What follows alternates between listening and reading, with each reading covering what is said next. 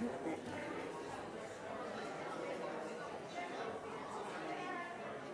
you ready?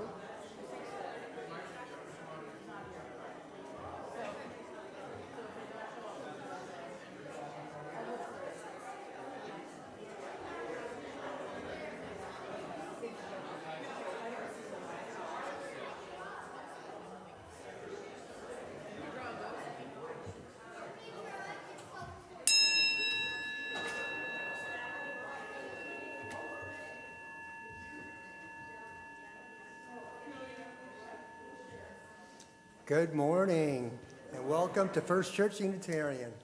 Boy, I hit that bell pretty hard today. I've been having trouble getting it to work, so that's determined. My name is Larry Kaylor, and I have the honor of serving on our standing committee. And I want to welcome all the people on YouTube and Zoom. We are always glad to have you with us. I still have that wonderful feeling of working together as a team. And of course, I'm referring to the fair yesterday. It's such an amazing feeling, thinking about all the smiles and all the energy and all the hard work all coming together. It just feels magical, feels heartwarming to me to be part of a community that does all that work. This is great. I want to offer kudos and much appreciation to the fair leadership team. You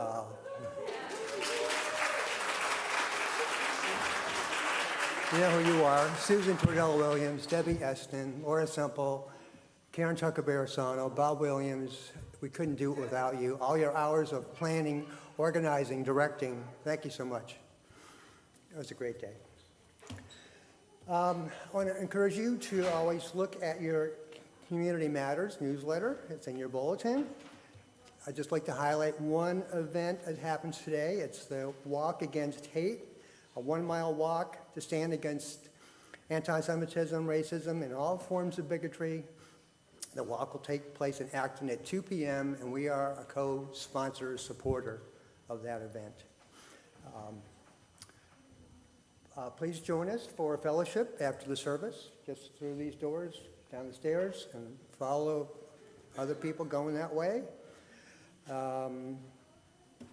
And now just please silence your cell phones. We'll have a reading of the warrant, and then followed by our worship service, a sense of place.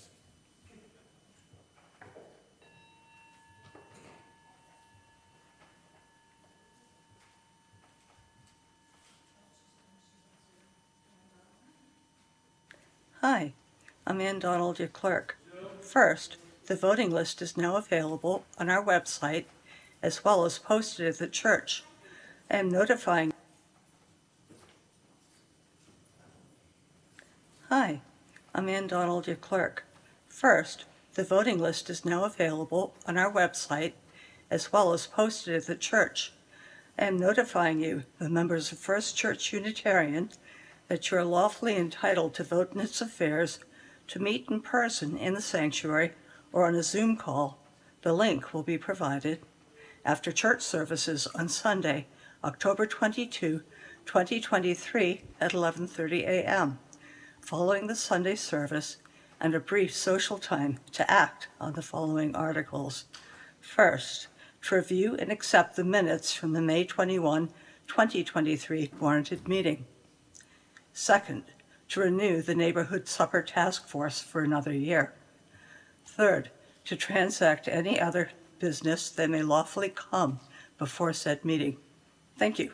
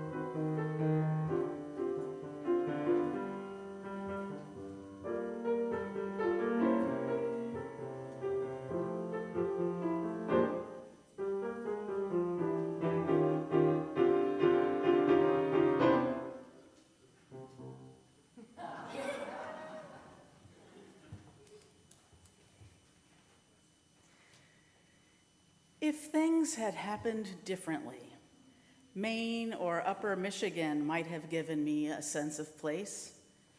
I might have run naked by a bayou or been beaten near a shrouded cove on a coastline. Arizona could have raised me. Even New York's Westchester County, with its stone walls scurrying up into the woods, could have been the spot to drop a couple of roots. But as it is, the only thing that gives me a sense of place is this upholstered chair with its dark brown covers, angled into a room near a corner window. I am the native son of only this wing-back seat, standing dutifully on 4 squat legs, its 2 arms open and welcome. This is my landscape.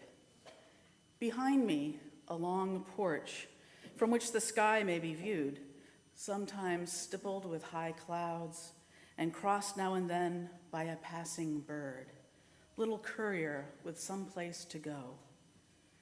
Other days crowded with thunderheads, the light turning an alarming green, the air stirred by the nostrils of apocalyptic horses, and me slumped in my chair, my back to it all. The words of Billie Collins. Let us worship. I'd like to invite up Sierra to light our chalice today. And as Sierra lights our chalice, please join me in saying the words of our covenant. Love is the spirit of this church, and service its law. This is our great covenant, to dwell together in peace, to seek the truth in love, and to help one another. Good morning.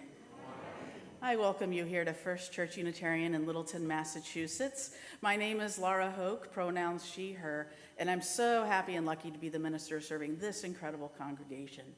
If you are new with us here this morning, we're really glad to see you, and we hope that you can stay with us after the service. If you're here in person, that you can join us perhaps in the vestry, follow us there after the service for coffee and fellowship.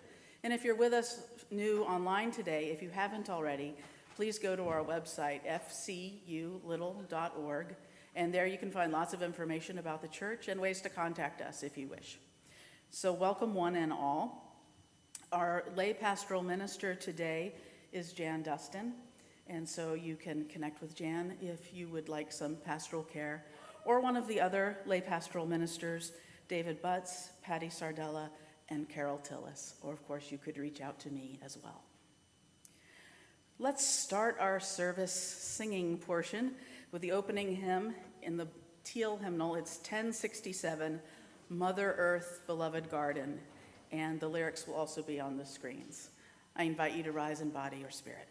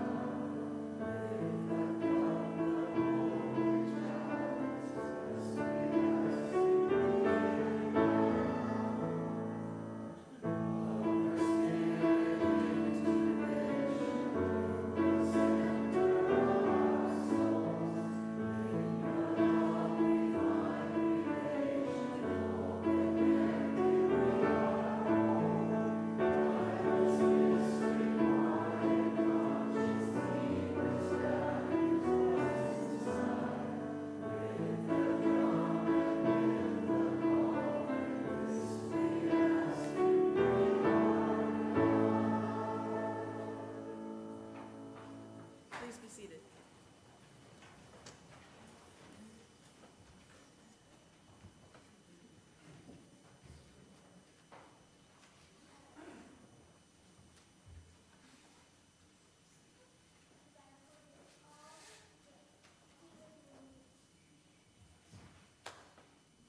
You hear me? Okay, good. Okay, well, this morning's story, and before I tell you the story, in the vestry at coffee hour, look on the wall and you will see all the hearts that many people who came to the fair yesterday made. So I invite you to look at that. Today's story is Ish. It's by Peter Reynolds. Raymond loves to draw. Anytime, anything, anywhere. One day Raymond was drawing a vase of flowers. His brother Leon leaned over his shoulder. Leon burst out laughing. "What is that?" he asked. Raymond could not even answer. He just crumpled up the drawing and threw it across the room. Leon's laughter haunted him. He kept trying to make his drawings look right, but they never did. After many months and many crumpled sheets of paper, Raymond put his pencil down. "I'm done." Marisol, his sister, was watching him. "What do you want?" he snapped. "I was watching you draw," she said. Raymond sneered. "I'm not drawing. Go away." Marisol ran away, but not before picking up the crumpled sheet of paper. "Hey, come back here with that!" Raymond raced after Marisol, up the hall, and into her room. He was about to yell, but fell silent when he saw his sister's wall. He stared at the crumpled gallery. "This is one of my favorites," Marisol said, pointing. "That was supposed to be a vase of flowers," Raymond said, "but it doesn't look like one." "Well, it looks vase-ish," she exclaimed. "Vase-ish?" Raymond looked closer. Then he studied all the drawings on Marisol's wall and began to see them a whole new way. "They do look ish," he said.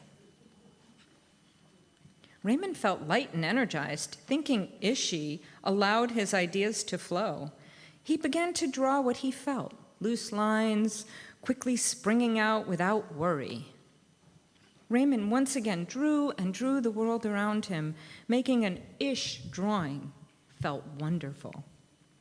He filled his journal with trees-ish, house-ish, boat-ish, afternoon-ish, fish-ish, sun-ish. Raymond realized he could draw ish feelings too. Peace-ish, silly-ish, excited-ish. His ish art inspired his ish writing. He wasn't sure if he was writing poems, but he knew they were poem-ish. Ponder, pond ponder, dream yonder, pond, yonder pond, gleam, wander. Ramon. One spring morning, Ramon had a wonderful feeling. It was a feeling that even ish words and ish drawings could not capture. He decided not to capture it. Instead, he simply savored it. And Ramon lived ishfully ever after.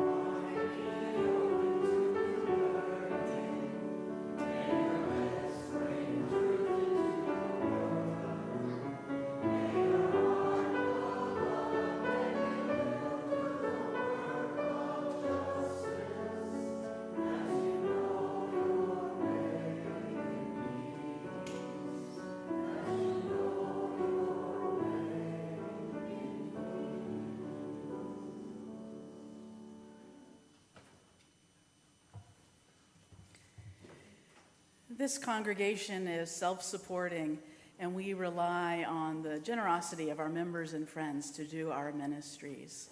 We rely on the generosity of time and talent, as in yesterday's fair, which was wonderful, and on the generosity with treasure. This morning's offering will now be given and received in grateful appreciation.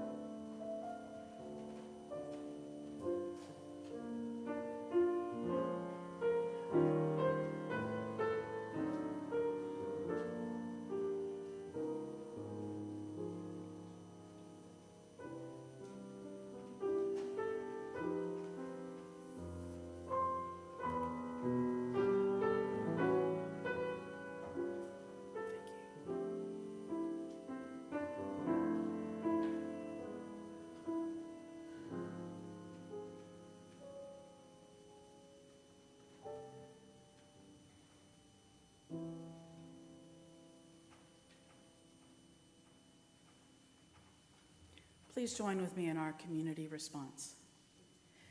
We are grateful for the opportunity to give and serve, and grateful for the gifts we have received. May this affirm the ministries of our church community, both within and beyond these walls. Most weeks, we share a special time we call the Candles of Caring. This is an opportunity to share those joys and concerns that are dearest to you with this gathered, beloved community. If you have a joy or concern you would like to share, please let us know your name and briefly how we might direct our thoughts, prayers, or healing wishes.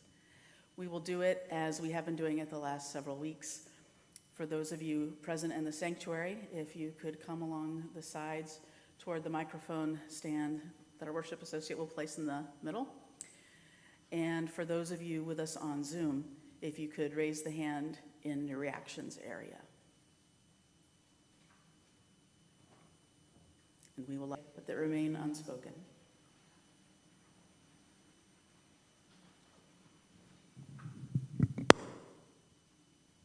Please join with me in the spirit of meditation or prayer.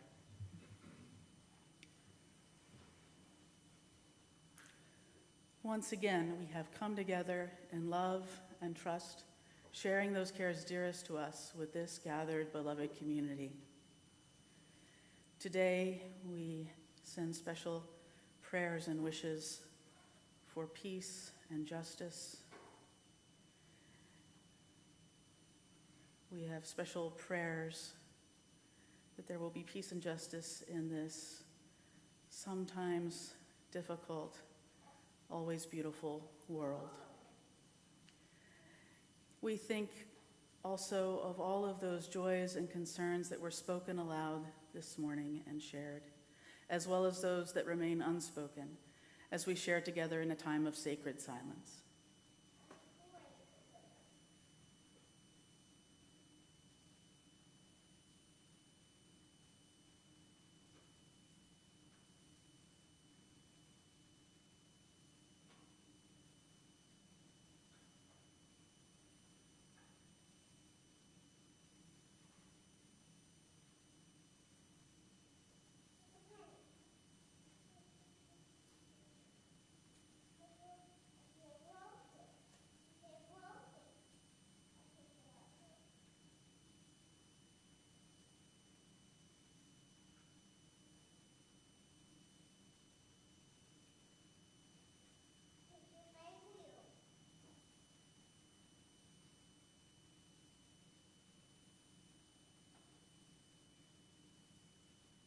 Amen, and blessed be.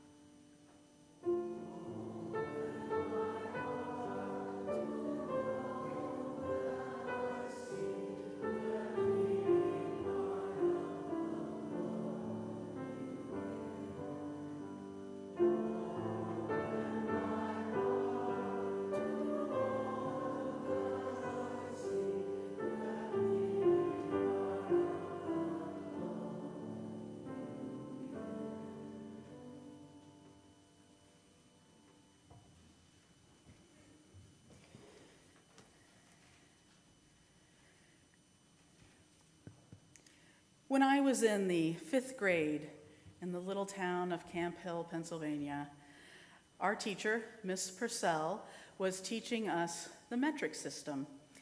She assured us that by the time we were her age, which is really about now, we would all be using the metric system like they did everywhere else in the world. It was easy enough to teach us the smaller measurements, anything a meter or a yard could be shown easily enough in the classroom. But she was a good teacher, and she wanted us to be able to visualize a kilometer, to visualize a mile, to get a feel for how long that was.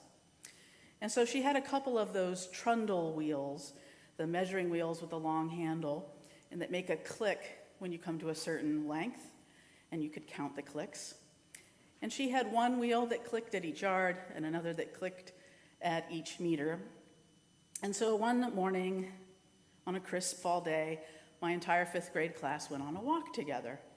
And we took turns, of course, rolling the wheels and counting the clicks.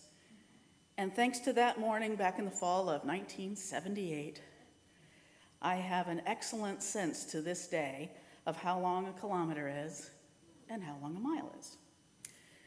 A kilometer is about the distance it takes to walk east down Walnut Street from where Schaefer Elementary School used to be to where Lincoln Elementary School used to be.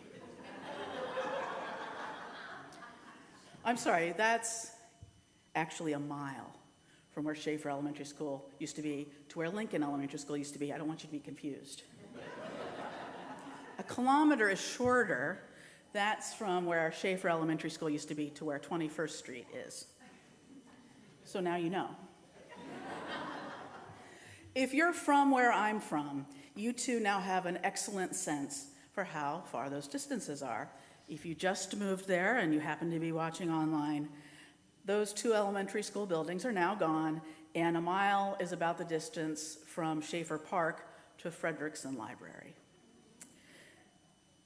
There aren't as many kids there these days. The baby boom has bust, but the town looks much the same. Most of the walnut trees we passed walking east down Walnut Street are still there. They can live a long, long time, walnut trees. On that walk, we passed through Willow Park. There are a lot of willow trees there. I told you about one of those willow trees once during a homily on the Tree of Life. I told you about a tree that had a derriere shape on its trunk, the tree that every single kid in town knew as the Heine tree. It's not there anymore, of course, though you can give old-timers directions based on the Heine tree if you wish. Willow trees don't live as long as walnut trees, but there's now a lovely labyrinth there where the Heine tree used to be, built by Mount Calvary Episcopal Church. I recently reread the book From Where We Stand, Recovering a Sense of Place by Deborah Tall, and it's a book that left quite an impression on me. Tall was a professor of literature and a poet, and she wrote very poetically about how certain places move us and own us. She wrote about the connections we have to the places we live or to the places we come from. The landscape where I have the strongest sense of place is South Central Pennsylvania, where I grew up in that town of Camp Hill and the surrounding areas. And when I think of that area, I think of two things. First, I think of all the different bodies of water. I think of the Susquehanna River through the Harrisburg area, the wide, shallowish river with sort of brownish green water. Something always felt very Mark Twain about it to me. Maybe it was the riverboat, I don't know. There's also a creek that goes right through the town of Camp Hill called the Conneduguinet Creek, a tributary of the Susquehanna River, and we used to play there a lot as kids. And some of the cool kids in high school would party there a lot, but I wasn't that cool. There's also a little stream in Willow Park. I remember when my college friend Lisa came to visit my hometown once, and I showed her the Heine tree, of course, and I described to her how we used to catch crayfish in the stream there.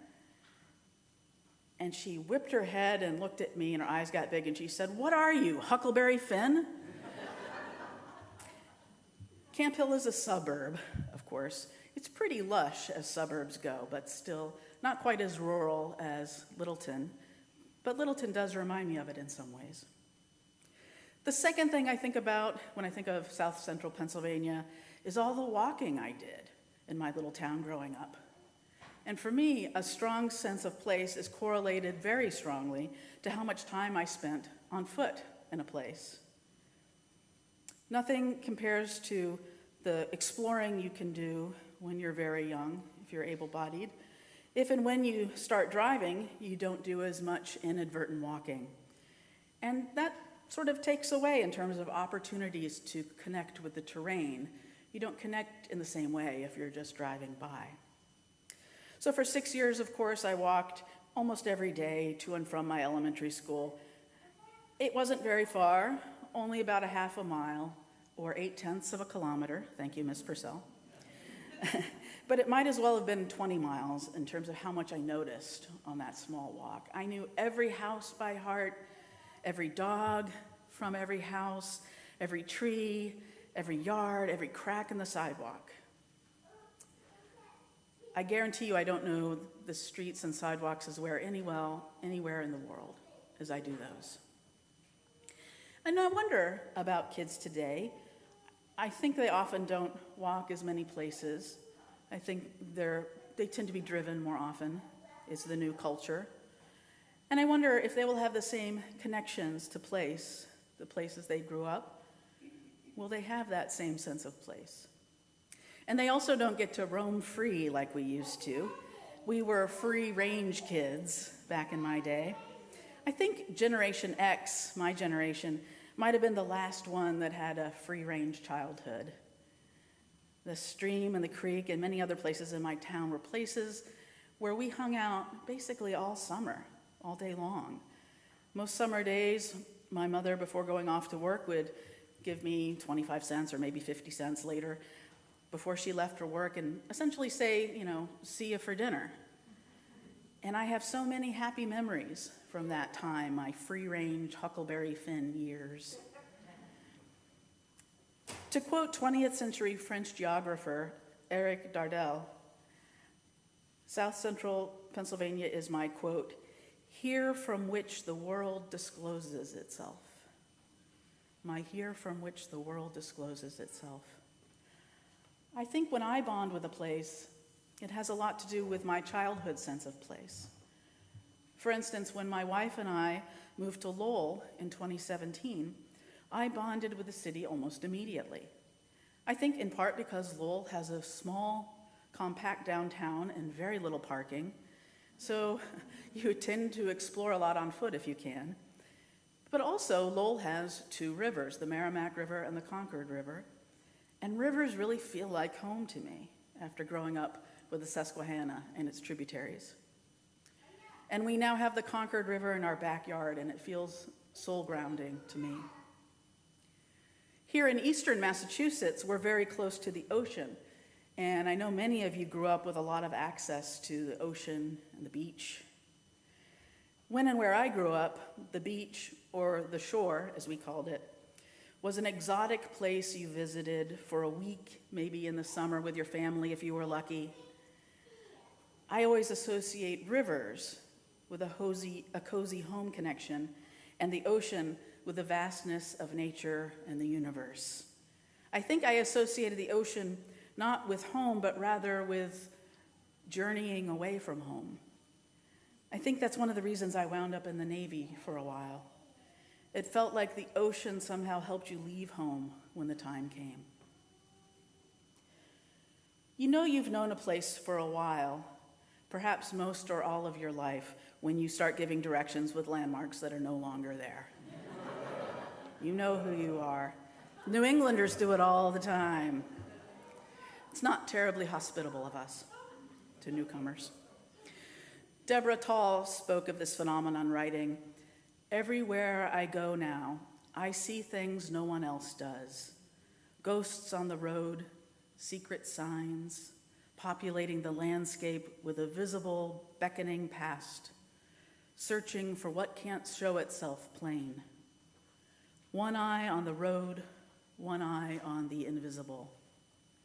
I straddle the here and there, the now and then, and feel surprisingly at home in what's both here and not here anymore," she writes. I wonder if you can relate to that. My hometown is, for me, what Tall would call a wholeheartedly lived-in landscape. And both Lowell and Littleton are increasingly becoming that for me, too. She wondered in her book what the word for a wholeheartedly lived-in landscape would be, and she settled on the word place.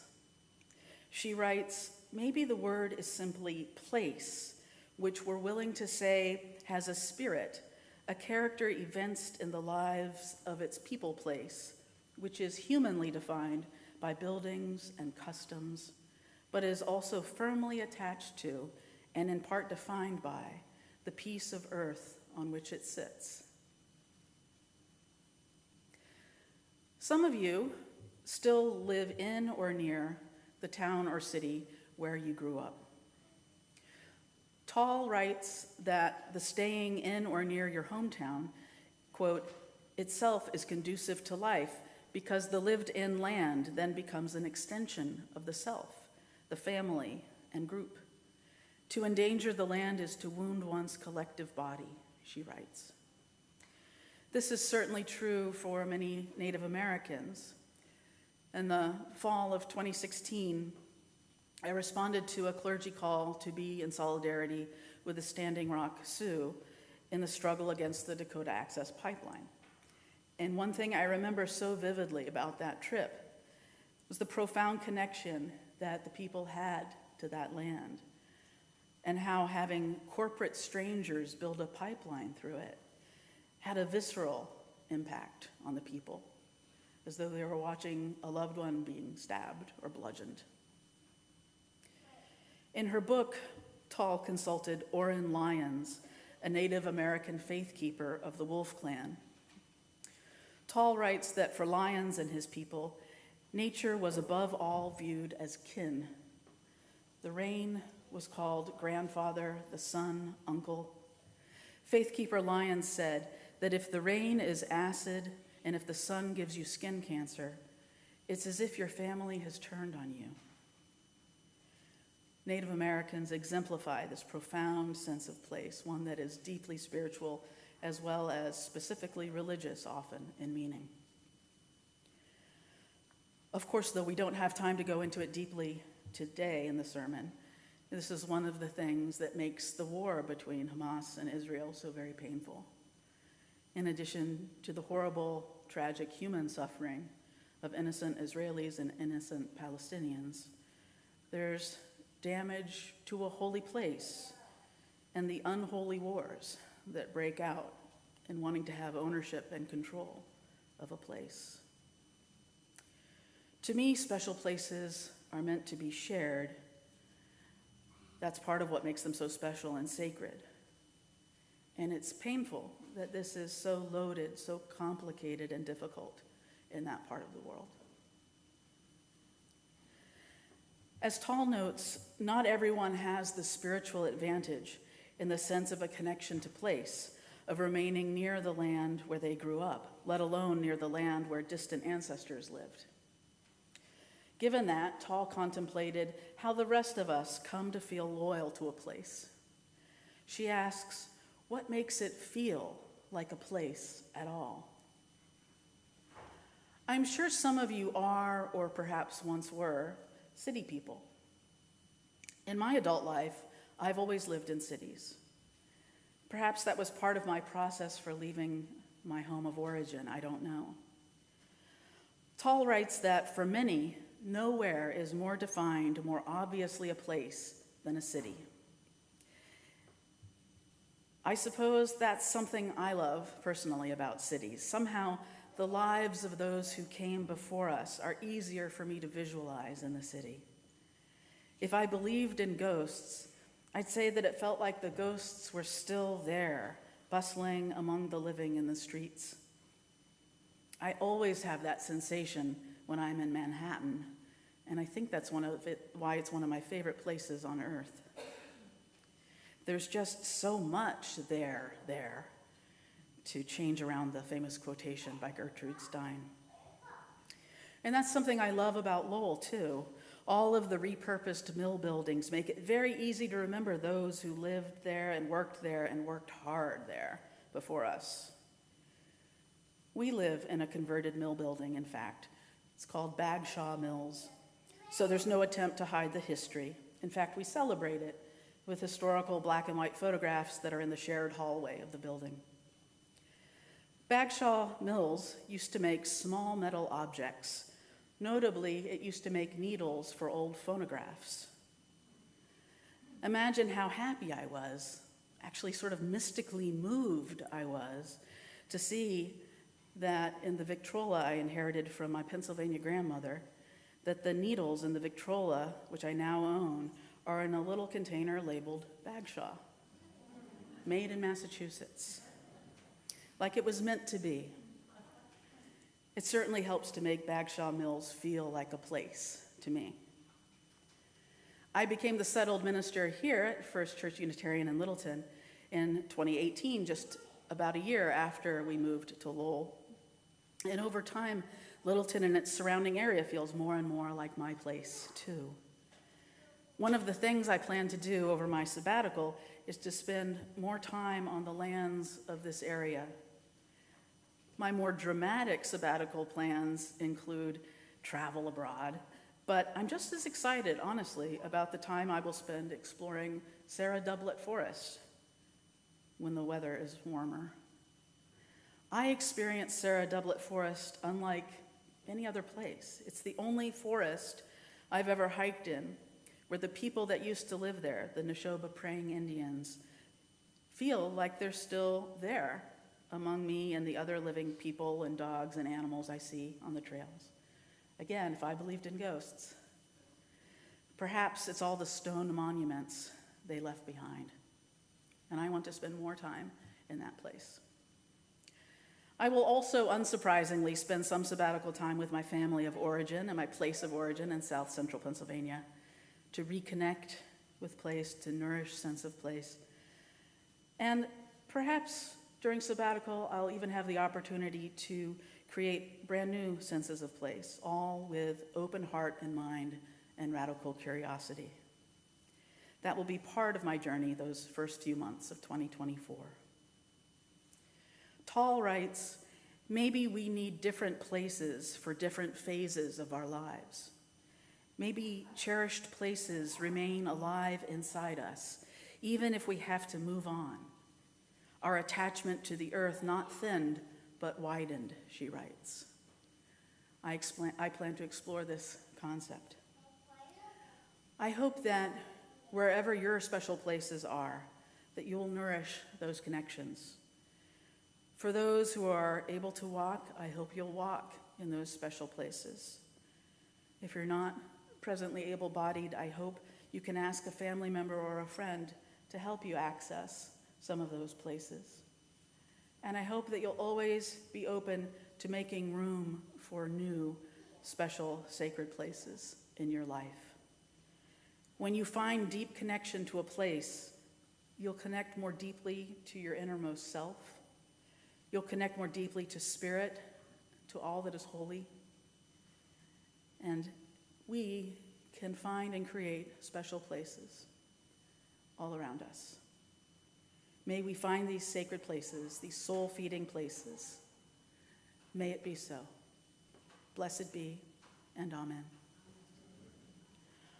Our closing hymn is in the Gray Hymnal, number 77, Seek Not Afar for Beauty, and the lyrics will also be on the screens. I invite you to rise in body or spirit.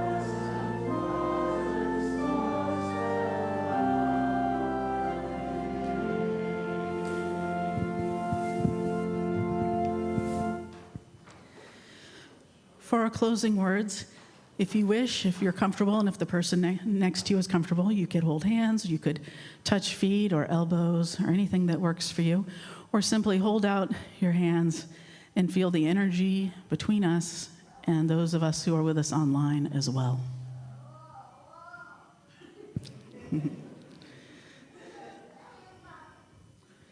Friends, we are in a very special, sacred place.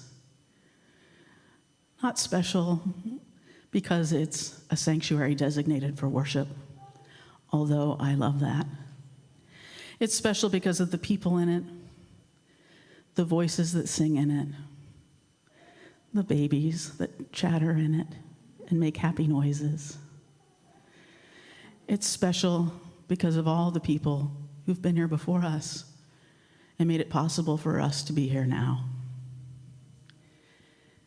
May we ever appreciate those special sacred places in our lives. May we not seek afar for beauty, but find it in the here and now. May it be so. Blessed be, and amen.